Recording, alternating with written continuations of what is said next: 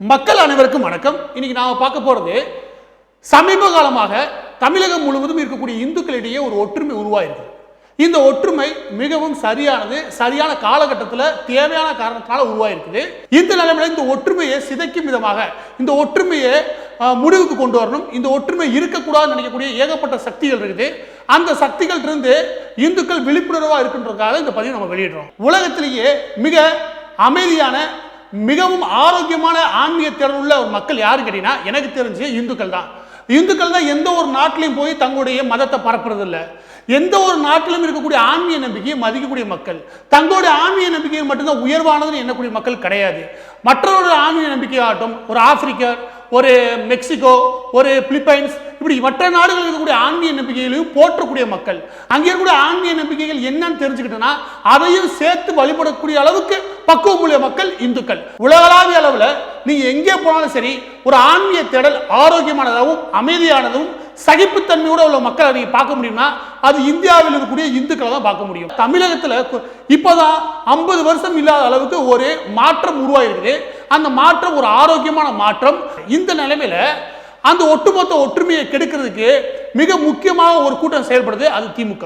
நல்லா புரிஞ்சுக்கோங்க, திமுக செயல்பட காரணம் என்னன்னா ஆட்சி அதிகாரத்துக்கு தங்களால் வர முடியாது. இங்க இந்துக்கள் ஒற்றுமையா இருந்தா சிறுபான்மை ஓட்டை மொத்தமா வாங்கிடலாம். அதுவும் இஸ்லாமியர்கள் ஓட்டையும் கிறிஸ்தவரோட ஆல்ரெடி சர்ச்சில் ஆரம்பிச்சு மசூதியில் வரைக்கும் எல்லா இடங்களும் பிரச்சாரம் நடக்குது. அதாவது திமுகவுக்கு ஓட்டு போட சொல்லி. இந்த நிலைமையில 84% இருக்கக்கூடிய இந்துக்களிடையே ஒற்றுமை உருவாச்சுன்னா நிச்சயமாக திமுக வெற்றி பெற முடியாது. இந்த ஒரு விழிப்புணர்வு திமுக வந்திருக்கு. 60 வருஷங்கள் எல்லா சேட்டையும் மூடி மறைச்சிட்டு நாங்கள் இந்துக்களுக்கு எதிரானவர்கள் கிடையாது ஒரு பிரச்சாரத்தை, ஒரு போலியான பிரச்சாரத்தை திமுக தலைவர் ஸ்டாலின் அவர்கள் மேற்கொள்றாரு. அது முழுக்க பொய்ன்றது இந்துக்களுக்கு தெரிய ஆரம்பிச்சு. இந்த நிலைமையில இந்த பிரச்சாரமும் நம்ம மேற்கொள்ள முடியாது. நம்மளுடைய வரலாறு மோசமானது, நம்மளுடைய ஒட்டுமொத்த வரலாறு இந்துக்களுக்கு எதிரானதுன்னு திமுக நல்லா புரிஞ்சுக்கிச்சு. இப்ப என்ன செய்யணும்னு நினைக்கிறாங்கன்னா, இந்துக்களிடையே ஒற்றுமையை உடைக்கிறதுக்கு ஒரே வழி என்ன? ஜாதி. ஜாதிய பிரிவினைகளை தூண்டி விடுவோம். இந்துக்கள் இடையில இருக்கக்கூடிய அந்த ஜாதிய ஏற்றத்தாழ்வு இருக்கு இல்லையா, அதை தூண்டி விடுவதன் மூலமாகத்தான் இப்போதைக்கு இந்துக்களுடைய ஒற்றுமையை உடைக்க முடியும். இதை யார் நம்புறா? ஸ்டாலின் அவர்களுடைய டீம் நம்புது. அதனால என்ன பண்றாங்கன்னா, ஆங்காங்கே இருக்கக்கூடிய சமுதாய தலைவர்கள் இருக்காங்களே அவங்கெல்லாம் கூப்பிட்டு பேசி இந்துக்களுடைய அந்த ஜாதி ஓட்டு இல்லையா அதை உடைச்சு வெளியே கொண்டு வரணும்னு நினைக்கிறாங்க. எடுத்துக்காட்டுக்கு ஒன்னேன்னு சொல்றேன். ராஜகண்ணப்பன் நேற்று திமுக இணைறாரு. இந்த ராஜகண்ணப்பன் யாரு? இந்த குறிப்பிட்ட ஜாதி விஷயத்தை சொல்ல விரும்பல. இருந்தாலும் ராஜகண்ணப்பனுடைய விஷயத்தை நம்ம எடுத்துக்காட்டா வைக்கிறதுனால ராஜகண்ணப்பன் இங்க இருக்கக்கூடிய யாதவர் சமூகத்தினருடைய முக்கியமான பிரதிநிதியா பாக்குறாங்க. இந்த ராஜகண்ணப்பன் உள்ள போறதன் மூலமாக ஒட்டுமொத்த இந்து சமூகத்தினுடைய ஒற்றுமையிலிருந்து யாரை பிரிக்க பாக்குறாங்க? யாதவர் சமூகத்தை பிரிக்க பாக்குறாங்க. இதுதான் உண்மை. நீங்க ஜாதி பிடிக்குது பிடிக்கல ரெண்டாவது விஷயம். ஆனா திமுக செய்யற தில்லுமுள் இருக்குல்ல, அதை புரிஞ்சுக்கணும். அப்ப ராஜகண்ணப்பனுடைய வேலை என்னவா இருக்கு? இனிமே இந்த யாதவ சமூகத்தை ஃபுல்லாமே மூல செலவு பண்ணி அப்படியே திமுக கொண்டு போகணும். இதுதான் இவரோட வேலையா இருக்கும். இந்த இடத்துல யாதவ சமூகம் மட்டும் கிடையாது, இந்த விதமான ராஜகண்ணப்பன் போன்ற ஆட்கள் இருக்காங்களே இவங்க உள்ள வரும்போது அந்தந்த சமூக மக்களை எதிர்ப்பு தெரிவிக்கின்ற என்னுடைய வேண்டுகோள். ஏன் அப்படி சொல்றேன்னா, ராஜகண்ணப்பன் எந்த தகுதியின் அடிப்படையில் திமுக போய் சேர்றாரு? ராஜகண்ணப்பன் மாதிரி ஆளுகளை எடுத்துக்காட்டு சொல்றேன். ரெண்டே ரெண்டு கேள்வி கேட்கிறேன் ராஜகண்ணப்பனுக்கு. ராஜகண்ணப்பன் போன்ற ஆட்களுக்கு நான் கேட்கிறேன், பகவான் கிருஷ்ணரை திமுகவுக்கு ஆதரவாக செயல்படக்கூடிய திராவிட கழகத்தினுடைய நாளிதழ் விடுதலை அப்படின்ற நாளிதழ்ல என்ன விதமா எழுதுறாங்க? தொடர்ந்து ஒரு வாரம் தவறாம எந்நேரம் பார்த்தாம ராமனையும் கிருஷ்ணனையும் அவமானம் எழுதுறது அவங்க வேலை. எடுத்துக்காட்டுக்கு மிக முக்கியமானது கோகுலாஷ்டமி பண்டிகையை, இந்துக்களுடைய பண்டிகையை என்ன விதமா இவங்க எழுதி அவமானப்படுத்தினாங்கன்னா, அந்த கோகுலாஷ்டமி நாள் கொண்டாடுற அன்னைக்கு விடுதலை நாளிதழ் என்ன பண்ணாங்கன்னா 14 ஆகஸ்ட் 2017 வெளியான ஃபேஸ்புக்ல அவங்க எழுதி வெளியிட்ட பதிவு இது. அந்த பதிவில் ஒரு வரி சொல்றீங்க.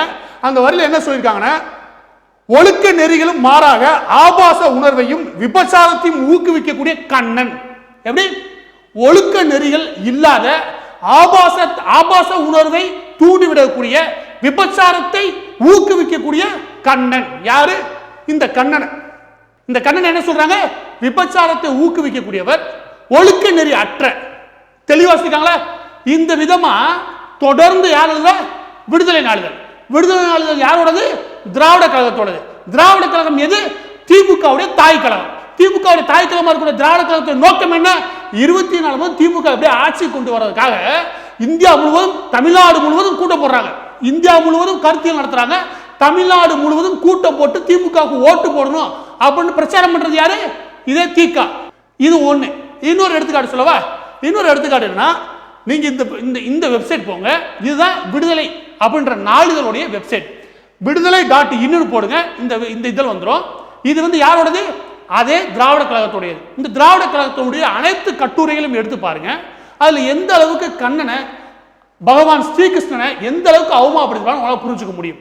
எடுத்துக்காட்டுக்கு பகவத்கீதை அவமானப்படுத்துறதுக்காண்டி பகவத்கீதையுடைய வசனங்களை மாற்றி போட்டு அதை அவமானப்படுத்திருப்பாங்க. எப்படின்னா, கண்ணனும் அர்ஜுனனும் பேசிக்கிற மாதிரி கண்ணன் போய் அர்ஜுனன் கேட்பாரு, விதவைகள்லாம் வெள்ளை சேலை கட்டணும், மொட்டை அடிக்கணும்னு சொல்லியிருக்கே கண்ணா, அவங்க என்ன செய்யறது, இந்த கதிக்கு என்ன காரணம் அப்படி கேட்டதுக்கு கண்ணன் சொல்லுவாரா, அவங்களுடைய ஆசைகள் இருக்கு இல்லையா, அதை நானே பூர்த்தி பண்ணுவேன். போய் என்ன கண்ணா நீ ஒரு கடவுளா இருந்து இப்படி பண்ற, அசிங்கமா இருக்கே அப்படி கேட்டதுக்கு அந்த அசிங்கத்தை இந்துக்களை ஏத்துப்பாங்க, ஏன்னா அது என்னோட திரை விளையாடல் அப்படின்னு சொல்லி எழுதியிருக்காங்கன்னு ஒரு பொய்ய பரப்புறான். யாரு? திமுக காரன். இந்த மாதிரி அசிங்கமான அருவருப்பான வேலையை இன்னொரு மதத்துல செய்வானா? திமுக காரன் இன்னொரு மதத்துல செய்வானா கேட்கிறேன். ஒரு விதவைகளை நல்லா புரிஞ்சுக்கணும். நம்ம வீட்லயும் அம்மா இருக்காங்க, நம்ம வீட்லயும் நம்ம உறவுகள்லையும் கணவனை இழந்த பெண்கள் இருக்காங்க. கேட்டா இல்லையா? இந்துக்கள் சொல்றேன், கணவனை இழந்த பெண்களுக்கெல்லாம் சுகம் தருவாரு கண்ணன், அவருக்கு அதான் வேலை, அதை வந்து இந்துக்கள் வந்து திருவிழாவில் எடுத்துக்குவாங்க அப்படின்னு கேலி பண்ணா நம்ம விடுவோமா? விடணுமான்னு கேட்கிறேன். இதுவே மாட்டு மதத்தை பேசுவானா? கிறிஸ்தனை பத்தி பேசுற இந்த வாய் ஒரு இஸ்லாமை பத்தியோ கிறிஸ்தவ பத்தி பேசுமா? நான் எடுத்துறவா ஆதாரத்தை 1000 தரேன். அரபு நாடுகள் நடந்த ஆதாரத்தை நான் 100 தரேன்.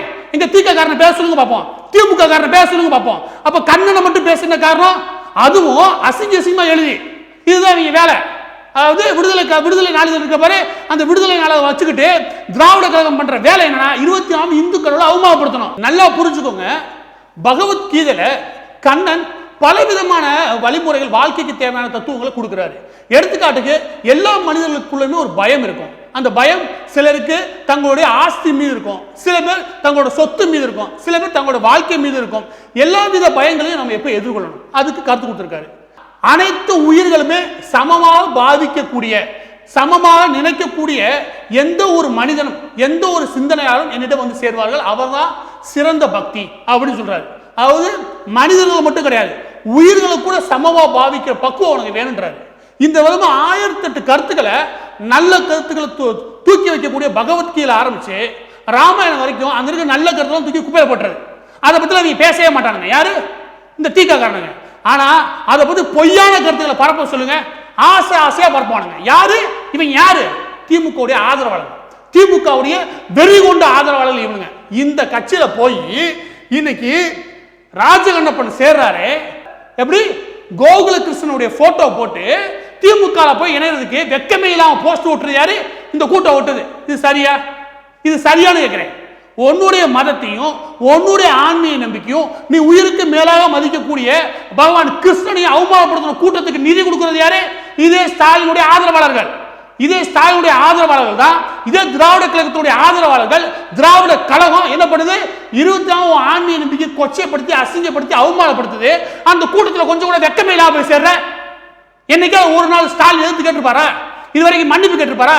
இதுவரைக்கும் கோகுல அஷ்டமிக்கு வாழ்த்து தெரிவிச்சிருப்பாரா? எந்த அசிங்கமும் இல்லாம போய் எப்படி சேர்றீங்க? இதுதான் உங்களுடைய மிகப்பெரிய பலவீனம். உங்களுடைய வாழ்வுக்கும் வசதிக்கும் திமுக காரன் போய் காலை நக்குவீங்க. இந்துக்கள் பார்த்துக்கிட்டு இருக்கணுமா? நான் கேட்கிறேன், எந்த மானவ ரோசம் உள்ள இந்தியாவா ஒருத்தர் திமுக இருப்பானா? மானவ ரோசம் இருக்கிறவங்க திமுக இருப்பான கேட்கிறேன். எப்படி போய் சேர்றீங்க நீங்க? இதான் நீ கேட்டுட்டு ஒருவேளை ராஜகண்ணப்பன் சேர்றதுக்கு முன்னாடி திமுக காரண்ட இப்படி நீங்க பேசுறதுக்கு மன்னிப்பு கேளுங்க, என்னுடைய சமூகம் வருத்தப்படுது அப்படின்னு ஒரு வார்த்தை சொல்லுவாரா? சொல்ல மாட்டாரு.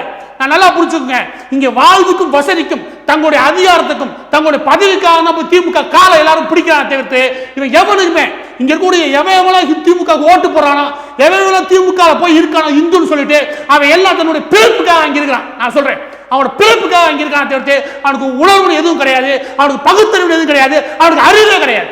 இந்த இடத்துல நீங்க எல்லாரும் கேட்கலாம், திக காரன் பண்ணதுக்கு திமுக காரன் என்ன பண்ணுவான்? திமுக காரன் அவார்ட்ல இருக்கான், எதுக்கு திக பத்தி பேசுறீங்க அப்படின்னு கேட்கலாம். நல்லா புரிஞ்சுக்கோங்க, நான் ஆதாரம் இல்லாம பேசல. நல்லா இந்த இடத்துல ஆதாரத்தை பாருங்க. இதுதான் விடுதலை நாளிதழ். இந்த நாடுகள் இருக்கக்கூடிய வீரமணியில் ஆரம்பிச்சு அதோட நிர்வாகிகள் எல்லா வேலையும் தெரிவிக்குங்க. அந்த எல்லா நிர்வாகிகளும் பேசக்கூடியது 100% திமுகவுக்கு ஓட்டு கேட்டுதான் தமிழ்நாடு முழுவதும் பிரச்சாரம் பண்றாங்க. யாரு? வீரமணி கூட்டம். அதுக்கு அடுத்து இன்னொரு ஆதாரம் சொல்லிக்கிறீங்க, இந்த விடுதலை நாடுகளுக்குள்ள போங்க, அதுல வர முக்கியமான செய்திகள் ஃபுல்லா பாருங்க. இது பகுத்தறிவு கூட்டம் கிடையாது, முழுக்க முழுக்க ஸ்டாலினை தூக்கி வச்சு கொண்டாடுற கூட்டம். அதுல போட்டிருப்பாங்க, தளபதி ஸ்டாலின் அங்கே போனார், தளபதி ஸ்டாலின் இதை பேசினார், தளபதி ஸ்டாலின் அதை சொன்னார் போட்டிருப்பேன். இவன் பகுத்தறிவாதியா? தளபதி கூப்பிடுவாங்க, இவன் பகுத்தறிவாதான் கேட்கிறேன். இவன் ஃபுல் அண்ட் ஃபுல் என்ன பண்றானா, இந்துக்களுடைய அவமானப்படுத்தணும், மதமாற்றும் கூட்டத்துக்கு ஆதரவா நிக்கணும். இதன் மூலமாக நல்லா புரிஞ்சுக்கோங்க, இந்த ஒட்டுமொத்த கூட்டத்தை யார் ஆதரிக்கிற? இங்க கூட இஸ்லாமிய கிறிஸ்தவ அமைப்புகள் ஆதரிக்குது, இங்க கூட மிஷனரி இல்லையா, அதாவது மதமாற்றும் கும்பல் இந்த கூட்டத்தை ஆதரிக்குது. எதனால ஆதரிக்குது? மதமே இல்ல, கடவுளை இல்லைன்னு சொல்றதுனால கிடையவே கிடையாது. இதை எல்லாம் சேர்த்துக்கிட்டு இந்து மதத்தை திட்டுறதுனால. நல்லா யோசிச்சு பாருங்க, ஒரு உண்மையான கிறிஸ்தவர், ஒரு உண்மையான இஸ்லாமிய என்ன பண்ணணும்? என்னுடைய ஆன்மீக நம்பிக்கை மாதிரி தான் என்னுடைய சகோதரனா இருக்கக்கூடிய இந்துக்களுடைய ஆன்மீக நம்பிக்கை, அதை ஏன்டா எதிர்த்து பேசுறீங்க, அசிங்கப்படுத்துறீங்க கேட்கணுமா இல்லையா? கேட்க மாட்டான். அவன் ஃபுல்லா வந்து இதுல உட்காந்துருப்பானுங்க. எதுல? இந்த திராவிட கழகத்துல. எதுக்கு? அவன் 24 இந்து ஒத்துட்டுவான் இல்லையா, இவன் மனசுக்குள்ள சந்தோஷம் அப்படின்னு அர்த்தம். இங்க கூட ஆளூர் சாணவாசம் எல்லாரும் அதே வேலை, தீக்காக்காரன் திட்ட விட்டு இங்க பின்னாடி உட்காந்து சந்தோஷம் என்ஜாய் பண்றது. இந்துக்கள் திட்டாங்க இல்லையா, நமக்கு ஒரு சந்தோஷம். ஏதாவது ஒரு இந்து அதுமா பண்ணுவானா? ஏதாவது ஒரு இந்து உட்காந்துக்கிட்டு இஸ்லாமிய திட்ட விட்டு ஆனந்தமா உட்காந்துருப்பானா? ஏதாவது ஒரு இந்து கிறிஸ்தவர்களை திட்ட விட்டு ஆனந்தமா உட்காந்துருப்பானா? அதான் இந்துக்கும் மற்றவங்களுக்கு வித்தியாசம். இந்து தன்னுடைய ஆன்மீக நம்பிக்கை மட்டும் கிடையாது, உலகளாவிய இருக்கக்கூடிய அனைத்து ஆன்மீக பெரியவர்களும் மதிக்கிறான். ஆனா மத்தவன் என்ன பண்றான்? இந்துவை திட்ட விட்டு வேடிக்கை பார்த்து சந்தோஷப்படுறான். அந்த கூட்டத்தான தீக்கா. இன்னொரு எடுத்துக்காட்டு சொல்லவா? நல்லா புரிஞ்சுக்கோங்க, சமீபத்தில் தீக்கா நடத்துற, தமிழ்நாடு முழுவதும் தீக்கா நடத்துற எந்தவித போராட்டம் வேணா எடுத்து பார்த்துக்கோங்க, எந்தவித மாநாடு வேணா எடுத்து பார்த்துக்கோங்க, எந்தவித மேடை பேச்சு எடுத்து பாருங்க, அதுல ஃபுல்லா யார் உட்காந்துருப்பா? திமுக கார உட்காந்துருப்பான், திமுக நிர்வாகி வந்திருப்பான். எடுத்துக்காட்டுக்கு சமீபத்தில் நடந்தது பிப்ரவரி 19, சமீபத்தில் ஒரு 10 நாளைக்கு முன்னாடி அது நடந்த நிகழ்ச்சி. அதுல யார் வந்திருக்கா? சிறப்பு அழைப்புதல் யாரு? KN நேரு. அதுக்கடுத்து யாரு? திருச்சி சிவா. இவங்க யாரு? இவங்க யாரு? திமுக காரனுங்க. திமுக காரனால உள்ள இருக்காங்க. திமுக காரர்களுடைய ஃபண்டுல தான் தீக்கா இந்த இயக்கத்தை நடத்துது. தீக்கா மாநிலம் முழுவதும் போய் இந்துக்களை திட்டுறதும், இந்துக்களுடைய கடவுளை அவமானமா பேசுறதும், அருவருப்பா திட்டுறதுக்கும் யார் உதவுறா? சோ பதிவோட முடிவில் நான் சொல்ல வேண்டியது என்னன்னா, கி வீரமணி அசிங்கமா திட்டணும், கி வீரமணி வகைராக்கள் இருக்காங்களே அவங்கெல்லாம் ஏவி விட்டு இந்துக்களை அருவருப்பா திட்டணும், அசிங்கப்படுத்தணும் தெரியுது ஒரு கூட்டம். அதுக்கு ஆதரிக்கிறாரு யாரு? ஸ்டாலின். சரி, என்னைக்காவது ஒரே ஒரு நாள் ஸ்டாலின் இப்படி பேசுறது தப்பு, அதுக்கு மன்னிப்பு கேளுன்னு சொல்லிருப்பாரா? சொல்லிருப்பா நினைக்கிறீங்க? எடுத்து பாருங்க பாப்பா, மன்னிப்பு கேட்டு சொல்லி. ஒரு முறை தப்பா பேசுறதுக்கு ஸ்டாலின் என்ன சொன்னாரு? தவறா பேசியிருந்தா தவறு தான், ஆனா உள்நோக்கத்தோட பேசியிருக்க மாட்டாரு, அதனால மன்னிப்பு கேட்க தேவையில்லை. எப்படி?